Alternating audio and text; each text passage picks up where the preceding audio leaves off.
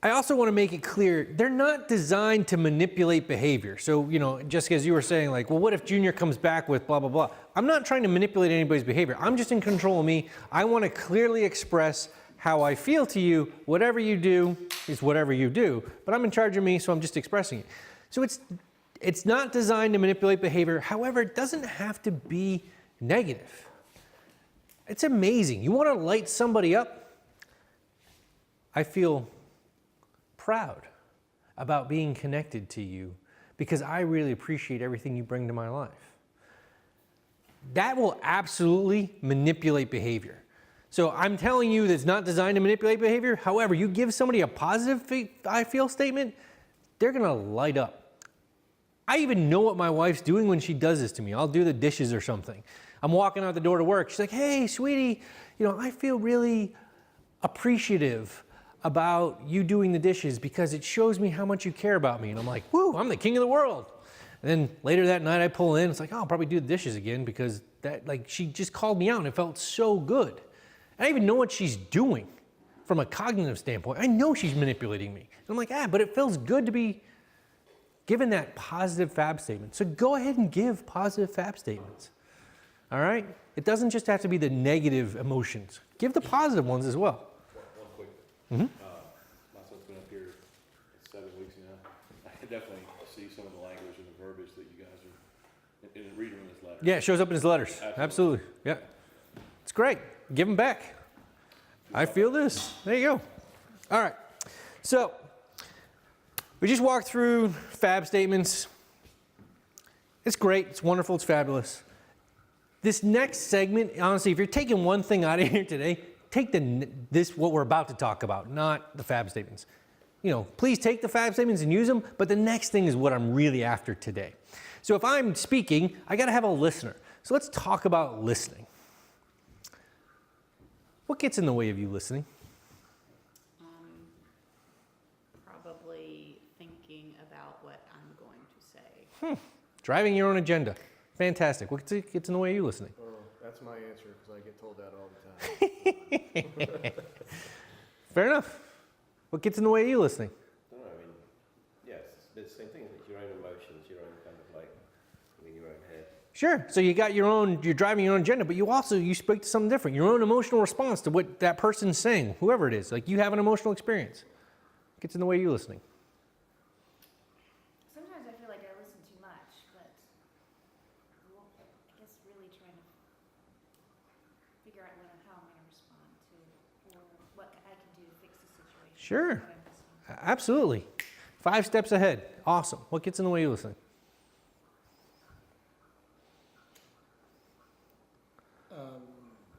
Sometimes lack of respect for what they say. Sure. Absolutely. Kid, I know you're feeding me a can full of beans. Like, I know you're full of shit, basically. Yeah. I'm overanalyzing from the moment the first word comes out of their mouth. You're like a dragster. You're like going 0 to 200. All right. I have a habit of interrupting people and finishing their statements before them at times, which is a horrible habit. Sure. So I appreciate that you're as arrogant as I am, Ashley. Like, thank you. Like, it's like, I don't need you to actually keep talking. You can just stop talking because I know what you're going to say and I got this and like, let's get on with it. So sometimes my job gets in the way of listening. Like, I'm not really listening to you guys because I'm thinking about what's going on over there. Or my own ADHD. My wife knows at this point, if she needs to talk to me, she can't bring me to a restaurant that has a television because I'm sweetie, I'm here. Mm-hmm. Yep. Yeah. Oh, yeah, I can, yep. And she's like, what the hell? You know, life gets in the way. My own emotions get in the way. Sometimes I'm just tired. I'm worn out. Sometimes your kids are really hard, so I go home and I'm sucking at listener because I'm tired of your kids. You know, life happens. So, all these things get in the way. However,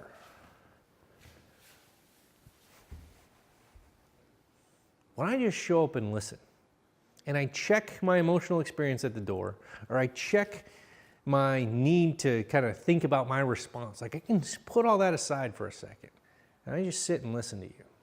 What am I saying to you? I value you. Amen. I value you. Absolutely. It's such an amazing message to give to them without saying, you know, hey bud, you know I really value you. Like we're like this, you know? I'm telling you I value you without saying any of that. I can just say it without doing anything. But listen. However, it's super hard to shut our mind down or our emotions. Like we can't stop our emotions from happening. And man, sometimes their ideas are just dumb. You know, I can't stop that from happening. So the experience to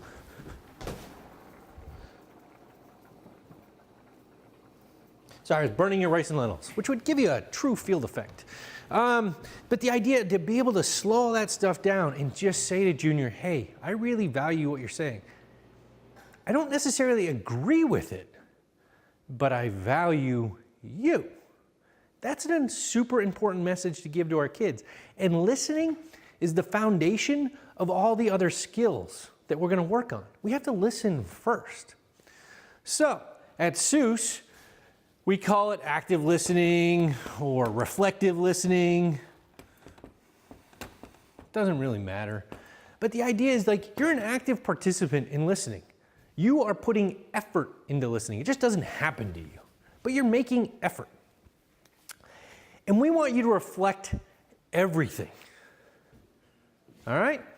It's easy when it's given to you in a fab statement because all you got to do is parrot it back. I hear you feel blank about blank because blank. It's super easy. You just parrot it back when they're giving it to you in a fab statement, right? He's nodding his head, so go ahead and give him a fab statement. I feel stressed about being able to bring good, good abstain practice of this to our home because I'm going to fail miserably. I hear you. I hear you about your stress with the prep statements. And I think we'll go to practice here because it's going to be tough to do this. Okay, so you came with a room full of coaches, whether you knew it or not. So coaches, not her fab statement. How did his reflective listening go? How did he do? That was pretty good. Oh, I think I failed. Yeah. Oh, Lance, you are a permissive parent through and through. He sucked at reflective listening. Oh, there we go. Everybody gets a blue ribbon. No, you sucked. Let's be honest. It was horrible. Yeah, How'd she feel? she was scared. No. How'd you feel? About those statements. What statement did you Oh, use? stress. Yeah. The stress. So I hear that you feel stressed about what's she stressed about? About being able to be productive with fab statements Because, because she was worried about being able to practice it. yeah, about how her ability. That's much better. You automatically went to this position of translation. Yeah. Again, I get these suckers are awkward, but I don't want you to translate them. Because translating is putting your lens on the situation. We're not doing that. My kids, so, You'll frequently end up with somebody that says, you're not hearing me. All right? So you want to start by parroting it back. Again, I get it's a very rote exercise. However, the more you do this, the less likely you're going to hear from your kids. You're not hearing me. You never listen. Nobody listens to me in this house. How dare you? Where do I show up? Nobody does this. How come nobody listens to me in this house? You guys suck. It's probably a common experience for most SUWS families. So we want to start by just practicing very rote reflecting back. Pete, did you give her one? A fab statement, please? My statement. You give a fab statement to Jessica? I don't think one that people already said. That's all right. I'm not testing you. Yeah, okay, so I feel worried about William coming home because I don't think I'm going to be able to change the dynamic. I think we're going to be in the same place again, just a lot poorer. Can you reflect that? I really feel worried about to manage when William comes home. Because we're going to report. No, that was a joke. Right, so how did she do? Better than me. Better than you. How did she do? Good, bad? Good. No, it's horrible. Well, she reflected the empathy, she had the empathy, she understood, she cited it back to him. But she didn't use anything that was close to what he said. She nailed the first line. How do you feel? Worried, Right. About what? being able to manage. No. About William coming home because his ability to manage. So again, I want you to be particular. I want you to slow down and reflect it back instead of putting our own lens on it. Now, clearly, it's easy to screw this stuff up. This is actually harder than it sounds, but it's easy to screw up. So when you're flubbing it, what do? Hey, bud, I was trying to reflect and listen, but I screwed it up. Can you help me? Like, ask for help. You're gonna screw things up. Everything I'm teaching you, not one of you is gonna be 100% perfect. You're gonna screw it up. So when you recognize you're screwing it up, when you're kind of like, how is he really feeling? Because I really wasn't listening. You ask. It's like, hey, Pete, I was really trying to listen to you, but I missed it. Can you help me? So go ahead and honor that you screwed it up and ask for help. So he feels stressed, right? Was it stressed? Feel stressed. No, it was worried. There you go. Excellent. Yeah, he was worried. That's right. About William coming home because because he's not sure if he's going to be able to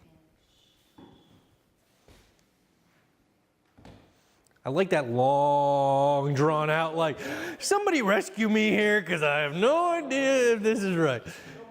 So, all right. You're worried because you can't manage what? Because I don't know how, well, it's kind of that, but the dynamic is going to change. I don't see how, it's not just, It's a very complicated statement. No, but what you're doing is awesome. This is exactly what we're going after. You shared a fab statement, you reflective listening, and you're like, now you're kind of curious, like, about what? And now you're trying to explain, you had one idea of what worried meant. He's like, no, that's not it. That's exactly what we're after. yeah, because it's not just like, I can't manage it. It's like, I don't know how the dynamics, there's a lot of different, it's not just me. It's a lot of different influences, and I don't know how you change things enough to kind of make those influences, and it's a total lack of control over like 90% of what happens with my son. And, I can do my piece, but I can't then go, and by the way, your friends are now going to change what they do, and your school's going to be different. There's like, your brothers, none of that's going to change. That's what I'm worried about. I hear you feel you have a lack of control about what's going to happen when William comes home because there's so many variables and influences you can't control. Yeah. I'm a social worker. So what I love that you just did is you didn't wait for him to package it in a fab statement. So again, I said this was easy when it's in a fab statement. You're all demonstrating it's not as easy as it sounds, but it is easier. But what happens is, yes, your kids are excellent at fab statements, but they're not gonna come out of SUWS like, hey Dad, I'd like to give you a fab statement. They may, especially at the beginning, because it's the honeymoon phase and I don't want to go back to SUWS, so I'm going to show you everything I can possibly show you because I don't ever want to go back there. So they're going to do that, but a lot of times they're going to give what Peaches gave, which is like, woof. And what's your job? To reflect it back. Even when she's like, hey, Dad, I'm in this hard position because you suck as a dad. You're reflective listening. I hear that you're in a hard position because I suck as a dad. You just reflect it back. Over and over and over. Now, how does it feel to you when somebody parrots it back exactly what you said? I feel like they are not really listening. They've tuned out and are just parroting back what I've said. Fantastic. Which is how Junior is going to respond eventually.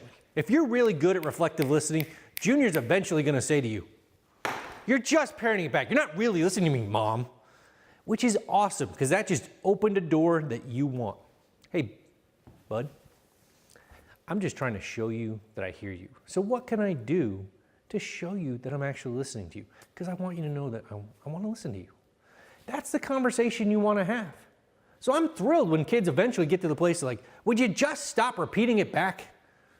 Okay, I'm happy to stop repeating that. Just tell me what works for you. Some people want to be touched. Other people want that eye contact. Other people like, can you just kind of ballpark it with me? That's the conversation I'm really after. Because what you want to do is condition them that you really are hearing them. You do want that. So however they want to be heard, that's what we're trying to get to.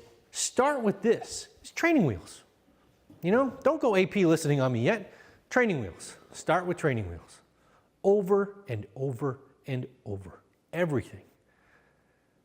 Now, how long can you hang when, Dad, you really suck? Because they're going to give you, Dad, you really suck.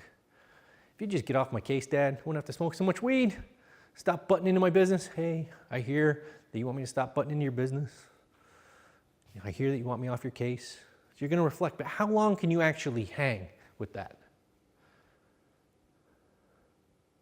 It depends. Depends on your day. Maybe it depends on your current relationship. Maybe it depends on how you guys are getting along. Depends on if you got enough sleep that night. You have to know yourself. When you get to a point where you're about to be like, don't you dare talk to me like that, you stop. Because she's going to say something. He's going to say something. He's going to say something to you that just hurts your feelings too much. And you go into that red zone. If you know you're just like, just stop talking. At that point, you're better off just keeping your mouth shut and walk away. Because as soon as you open your mouth in that position, you take the relationship and you blow it up. And once you blow up that relationship, you've lost the ability to influence them. So you're better off walking away, bite your tongue, close your door, get on your bike, go do whatever you guys do, but do not open your mouth. So hang and reflect as long as you can, and then exit out. So let's say your relationship with your child is, that's with Helena. Yep.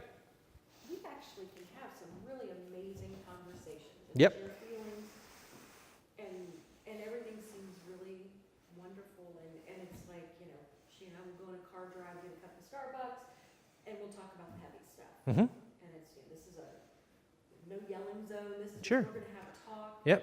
I love you, and everything's great. Mm-hmm. But then the communication to the friends, the external folks is, my parents are fucking idiots, I hate them. And, it's like, wait a minute, we just had a good connection. Mm-hmm. Why does it always feel like such a lie? I mean, and I feel like we have that connection on many occasions. It's a lie.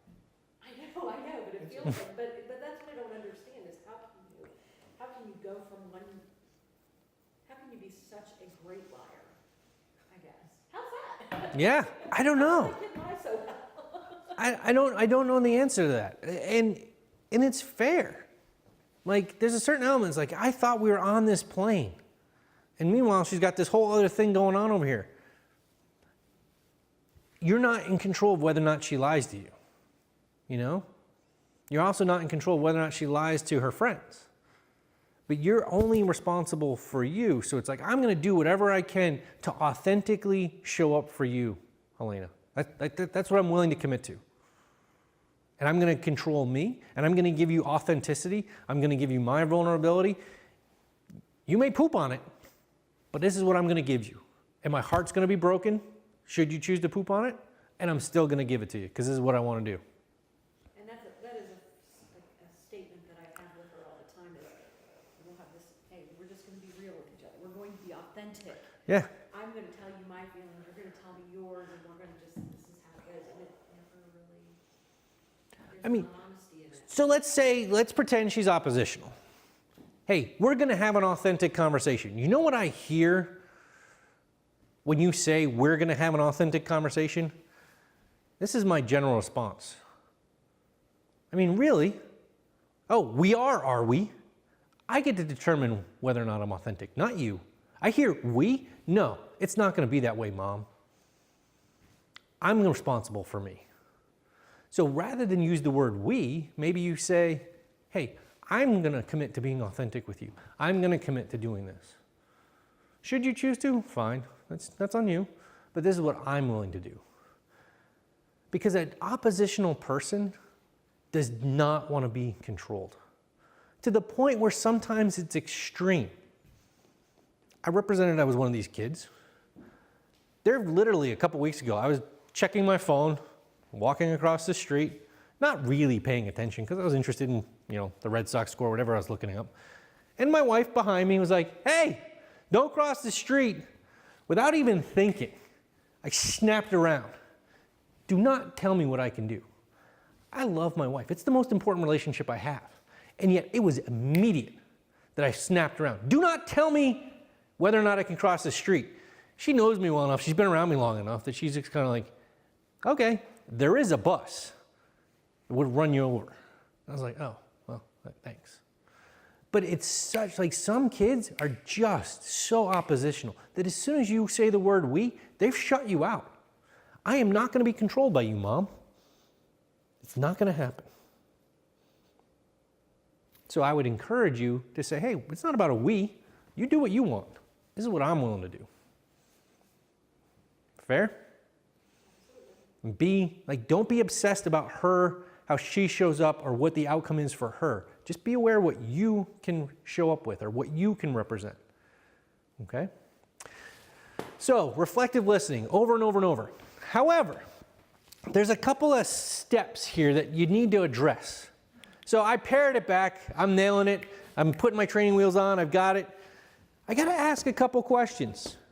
Do you feel heard? Hey, did I hear you? Did I reflect it back? Did I get it? Sometimes you're going to muff it and they say, no, you didn't really hear me. Other times you're going to nail the reflective listening part.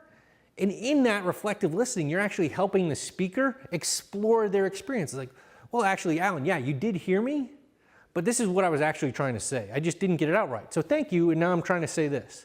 So that's one. The second question, can I ask what you do for a job? Yeah, merchandising, inventory planning. So fixing people's problems, Sure. basically. Like they have an inventory problem, you're like figuring out like this month, whatever. You're a professional fixer. How often do we fix people's problems without asking? As parents, we're trained to do this. We never ask. We oftentimes do it with our spouses. This is where oftentimes dudes, husbands, struggle to show up. If I repeat it back, I implicitly agree to what they're saying. No, you don't. But you oftentimes go into fix-it mode. So you got to ask a question.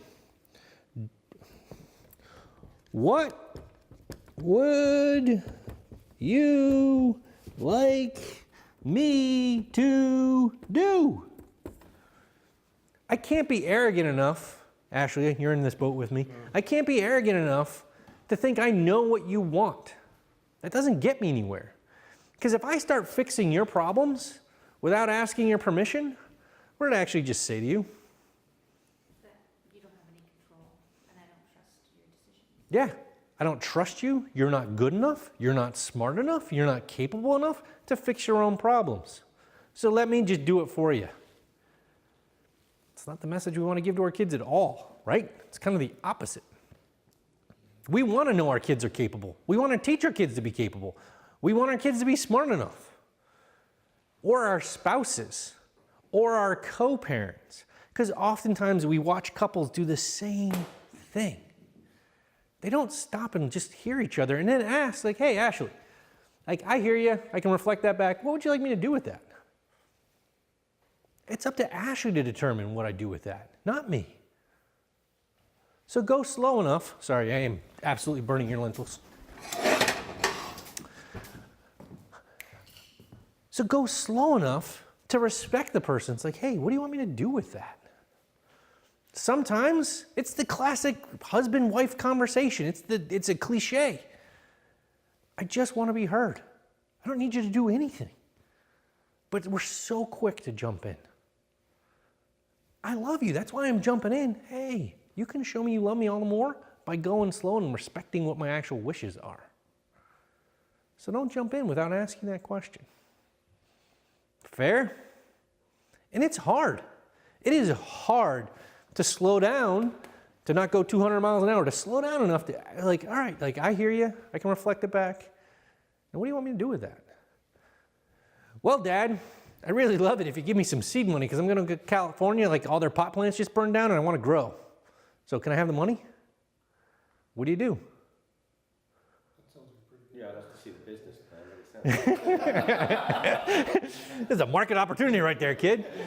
But really, it's like, hey, I hear that you want seed money to grow to California. I mean, they're going to give you a hill of beans. They're going to say stupid stuff that you absolutely don't agree with. It's like, hey, I hear that you want seed money to go to California and grow pot plants. That's actually a pretty good example. Our niece just did that to our brother-in-law. I get them every week. Like you talk to a Phoenix kid, literally.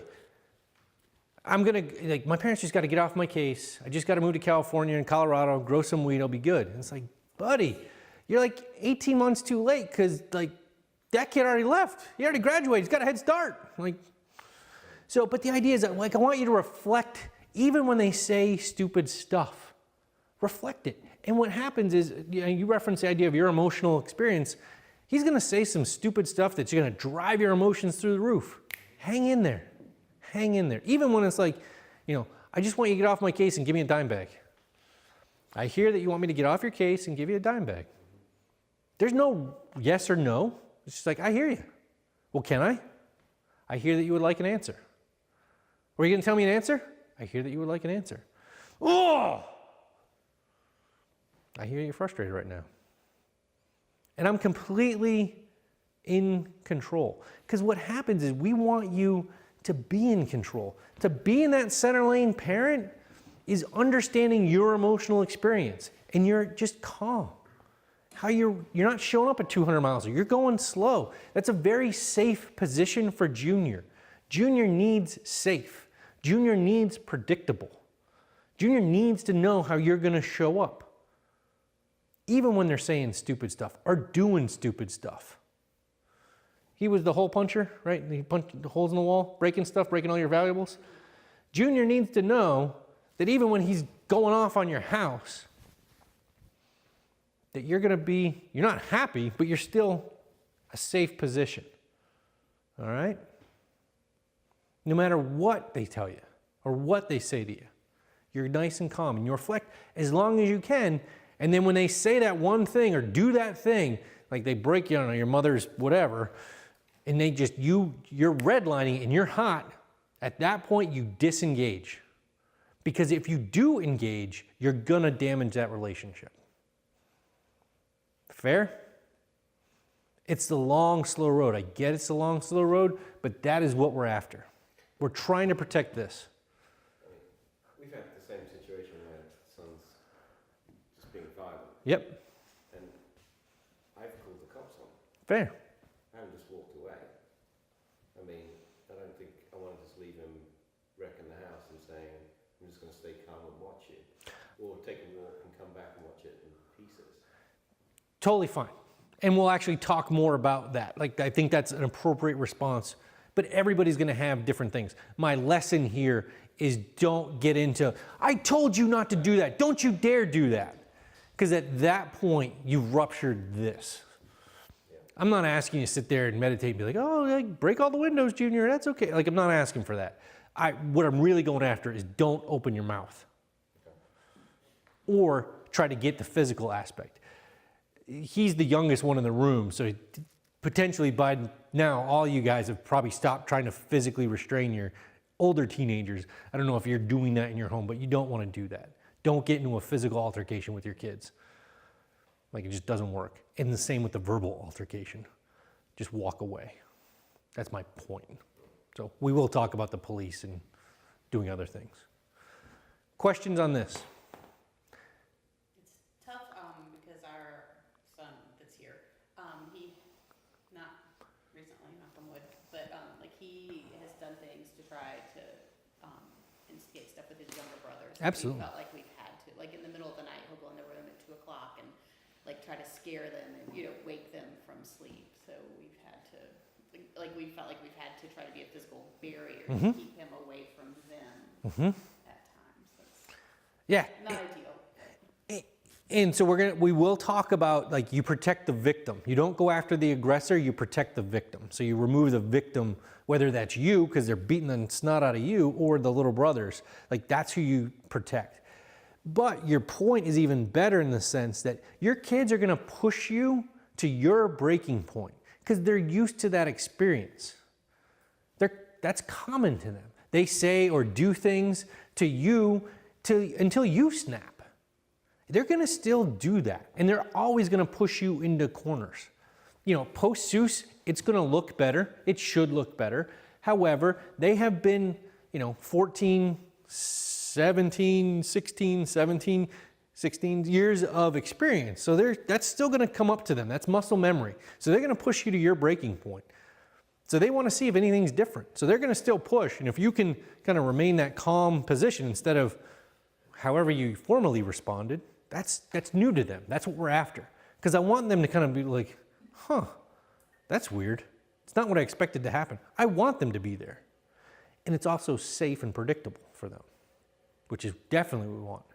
It sounds crazy, but teenagers, pre-SUWS teenagers want you to have that emotional crisis response.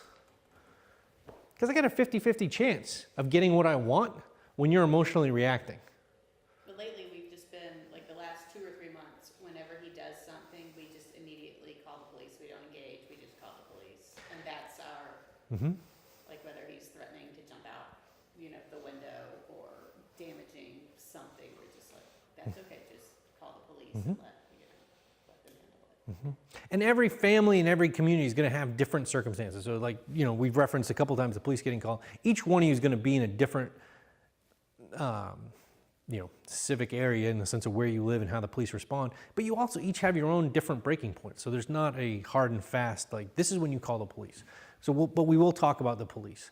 The idea is like, if you can remain calm, that's a very safe place for Junior to operate. That's where you want to be. All right. Any questions on active listening? Can you give me a fab statement? Well, actually, can you give your wife a fab statement? Let's see here. I feel,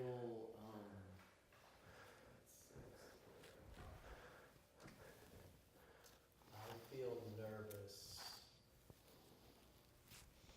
about him coming home because even though he's learned a lot, and after 2 days we will have learned a lot, I'm not sure if our house is his next stop. It could be somewhere else. So I'm testing you. I hear that you're feeling nervous because despite all the progress that's been made, there's uncertainty about where Durant will wind up. And you hope it's home, but you're feeling nervous about where will he be. Question 1. You asked this question. Do you feel hurt? Yes. You're such a wimp. Maybe. She didn't reflect that at all. I did. No. You paired it back. No, she didn't. No, she didn't. Yeah, I thought I say he's feeling She- nervous. She just said everything I said. She didn't. She put it in her own translation. She didn't use the format. Okay. So you let her off the hook, which I appreciate. It's kind. I hear that you feel nervous about Durant coming home because although he has made progress here and we hopefully will have made progress in these 2 days, you're unsure that his next stop will be back at home and you don't know where his next stop will be. Is that what you said? That is exactly Yeah. what I said. Yeah. So there was a key, for me, there was a key nuance in there. That second time, you nailed it. That was like that was so impressive. The first time, See, I don't get it, 'cause I was thought trying she to just repeated it. paraphrase. but she, right. That's, Make it sound like I was translating it into his words. right. And so you used the language, I translated it. You don't want to do that. But then it's parroting. If I'm either repeating exactly back what he said or I'm repeating back what I thought he said. Right. I'm hearing that you feel I should just say exactly what he said. Yes, because oftentimes what we think the speaker says is through our lens. And you actually had a key phrase in there that he didn't use. Your first time listening, like, he may not come home, which is what you want. He never actually said that. That may be what he feels, but he never actually said that. And that was a, fair enough, but you're putting a whole lot of your stuff in there. So we should just pair. You should. Oh, okay. And I thought especially, it seemed like it was no, disengaged. you want to start with parroting. Because because he may give you permission to be like, yeah, sweetie, I know you're a great listener, so you can absolutely translate. But you want to start with the parroting back. It's going to be particular for someone like Durant, who is very into control, and you want to make sure that he feels heard. So he may go through this exercise with you and hold you to every exact word. Yeah. And so you want to be very practiced at this, not only for him, but also for Durant. Because he's going to come at you. It's like, well, you didn't use the word if. It's like, no, I used the word. Contract is null and void. Yeah, exactly. And it's just this hard black and white. And there are people in the world that you care about that are going to be that way. Like, not everybody goes through the same way. So I want you to practice this. Because once you get into the translation aspect, it can be a little bit easier, but you got to practice with training wheels. And in your particular case, I'm not so worried about him. He seems to be kind of easy, go with the flow kind of guy. You guys can communicate back and forth. It's your son. He is going to want you to nail it. And he will hold you hostage until you use the exact word. There you go. So that's why I want you to practice this. Not for him. Though you could be like, yeah, sweet, I didn't actually say that. You can hold her accountable. Don't be a permissive parent. He's the one that makes the practice. Oh, yeah. Really? Huh, so subtle. All right. Good job. And I was so impressed with the second time. You literally nailed it. I don't know where you pulled that out of, but that was super impressive.